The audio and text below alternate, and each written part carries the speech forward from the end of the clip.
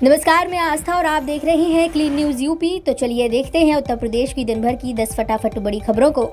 इससे पहले आप न्यूज को कहां से देख रहे हैं, हमें कमेंट में जरूर बताएं। दिवाली छठ को लेकर सीएम योगी का आदेश। मुख्यमंत्री योगी आदित्यनाथ ने कहा कि दीपावली व छठ समेत आने वाले सभी पर्वों पर स्थानीय जरूरतों को देखते हुए सभी जरूरी इंतजाम किए जाएं।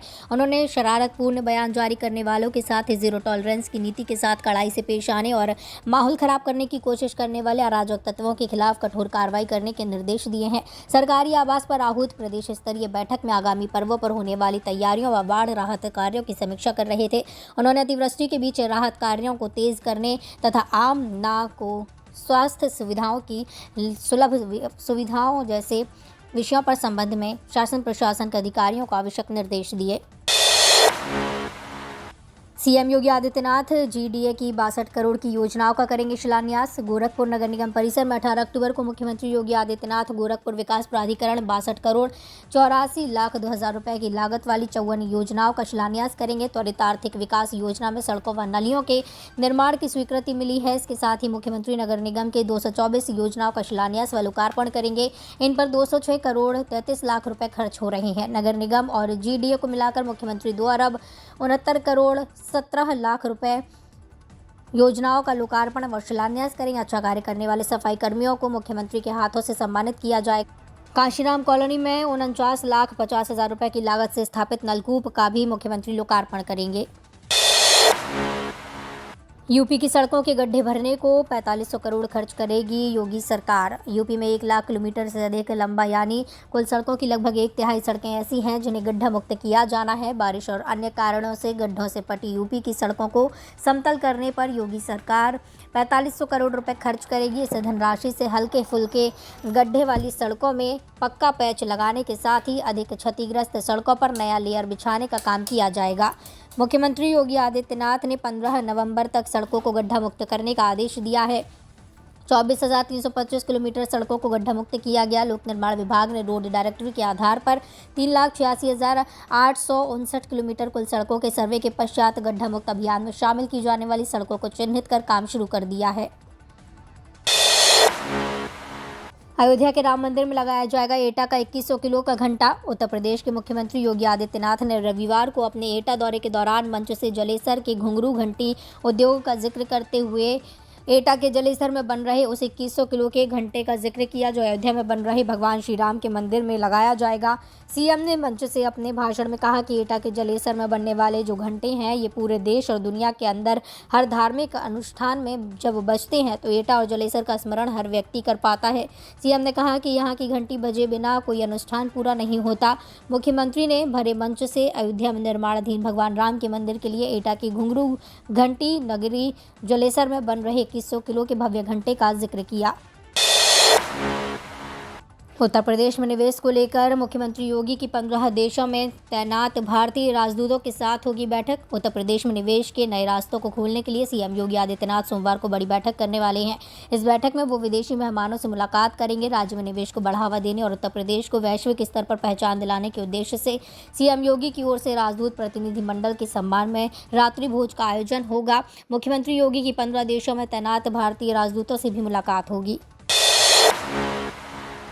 यूपी में अब साफ रहेगा मौसम। अक्टूबर के आखिरी सप्ताह तक दस्तक देगी ठंड। अक्टूबर में 2 सप्ताह तक हुई रिमझिम में बारिश के बाद आसमान साफ होने लगा है। राजधानी समेत प्रदेश भर में बादलों की आवाजाही ना के बराबर रही और चिलचिलाती धूप में गर्मी बढ़ रही है। मौसम विभाग ने अगले 1 सप्ताह तक आसमान साफ रहने के साथ तापमान में 1 से 2 डिग्री तक बढ़ोतरी के आसार जताए हैं। प्रदेश भर में अधिकतम तापमान 30 से 35 डिग्री के आसपास ही दर्ज हो रहा है। आंचलिक मौसम विज्ञान विभाग के निदेशक जेपी गुप्ता के अनुसार अक्टूबर में हुई बारिश साइक्लोनिक सर्कुलेशन के कारण हो रही है। अब आसमान साफ रहेगा। मौसम में बदलाव की आशंका पर जेपी गुप्ता ने बताया कि अक्टूबर के आखिरी सप्ताह में तापमान में आमूल चूल परिवर्तन हो सकते हैं। दिन के तापमान में 1-2 डिग्री बढ़ सकता है तो वहीं रात के तापमान में कमी आने के आसार हैं। यूपी के प्राइमरी और जूनियर स्कूलों में 1 नवंबर से 45 दिन तक चलेगा खास अभियान। यूपी के सरकारी प्राइमरी और जूनियर स्कूलों में पढ़ने यानी रीडिंग के लिए विशेष अभियान 1 नवंबर से चलाया जाएगा। 45 दिनों तक चलने वाले इस अभियान को पूरे प्रदेश में एक साथ चलाया जाएगा। महानिदेशक स्कूल शिक्षा विजय किरण आनंद ने आदेश जारी किए हैं। इस अभियान को 1 नवंबर से सभी स्कूलों समेत KGVV में एक साथ शुरू किया जाएगा। इसके लिए क्लासवार अभियान न चलाकर 3 समूहों में विभाजित करके चलाया जाएगा। समूह 1 में बाल वाटिका से 2, कक्षा 3 से 5 और 6 से 8 तक के 3 समूह बनाए जाएंगे। हर हफ्ते नई तरह की गतिविधियां करवाई जाएंगी। इसके लिए हर हफ्ते राज्य कार्यालय से इन्फोग्राफिक्स अभिभावक कैलेंडर भेजे जाएंगे। इसके लिए पहले अपने आसपास की चीज़ों को पहचानना और उस पर लिखे को पढ़ने के प्रति प्रोत्साहित किया जाए। यूपी में परचून की दुकान पर नहीं बिकेंगी आयुर्वेदिक दवाएं। प्रदेश में परचून की दुकानों या जनरल स्टोर से आयुर्वेदिक दवाओं की बिक्री नहीं हो पाएगी। इस पर रोक के लिए जल्द ही नई नियमावली तैयार की जाएगी। इसके लिए ब्रांडेड आयुर्वेदिक दवाओं की बिक्री के लिए फार्मासिस्ट व लाइसेंस प्रणाली के अलावा दवा निर्माण में आयुर्वेदिक फार्मासिस्ट की अनिवार्यता लागू की जाएगी। दरअसल कोरोना काल के बाद आयुर्वेद के प्रति लोगों का रुझान बढ़ा है। इसका बाजार निरंतर बढ़ रहा है। ऐसे में सरकार आयुर्वेदिक दवाओं की गुणवत्ता को लेकर गंभीर है। इसी के तहत सभी क्षेत्रीय आयुर्वेदिक एवं यूनानी अधिकारियों को हर माह कम से कम 2 दवाओं के सैंपल लेकर जांच के निर्देश दिए गए हैं। घटिया दवा तैयार करने वाली कंपनियों पर शिकंजा कसा जा रहा है। इलेक्ट्रिक बसों को ध्यान में रखते हुए विकसित किए जाएंगे बस अड्डे। उत्तर प्रदेश में विकसित हो रहे बस अड्डों पर इलेक्ट्रिक बसों को भी ध्यान में रखते हुए काम होगा। 3 चरणों में 83 बस अड्डों को PPP मॉडल पर प्रदेश में विकसित किया जाएगा। मुख्य सचिव दुर्गा शंकर मिश्र के निर्देश के बाद इसका व्यापक प्लान तैयार किया जा रहा है। 75 जिलों के बस स्टेशनों को PPP मॉडल पर विकसित करने की तैयारी है। मुख्य सचिव ने भी बैठक में निर्देश दिए थे कि आने वाले सालों में इलेक्ट्रिक बसों की संख्या बढ़ेगी, क्योंकि सरकार का जोर इन वाहनों पर ज़्यादा है। उसी को ध्यान में रखते हुए बस स्टेशनों पर चार्जिंग पॉइंट्स बनाए जाएंगे। यूपी में फॉरेस्ट गार्ड की 701 वैकेंसी UPSSC करेगा भर्ती। Uttar Pradesh subordinate service selection commission की ओर से फॉरेस्ट गार्ड के पदों पर भर्ती के लिए नोटिफिकेशन जारी हुआ है। जारी नोटिफिकेशन के अनुसार फॉरेस्ट गार्ड के कुल 701 पदों पर भर्ती होंगी। ऐसे में जो उम्मीदवार इन पदों पर आवेदन करना चाहते हैं वो UPSSC की ऑफिशियल वेबसाइट upssc.gov.in पर जाकर अप्लाई कर सकते हैं। इस वैकेंसी के लिए ऑनलाइन आवेदन के लिए किए जा रहे हैं। ऐसे में उम्मीदवारों को सलाह दी जाती है कि आवेदन करने से पहले वेबसाइट पर जाकर नोटिफिकेशन चेक कर लें। यूपी में फॉरेस्ट गार्ड यानी वन दरोगा के पद पर निकली इस वैकेंसी के लिए आवेदन प्रक्रिया आज यानी 17 अक्टूबर 2022 से शुरू हो गई है। इसमें आवेदन करने के लिए उम्मीदवारों को 6 नवंबर 2022 तक का समय दिया गया है।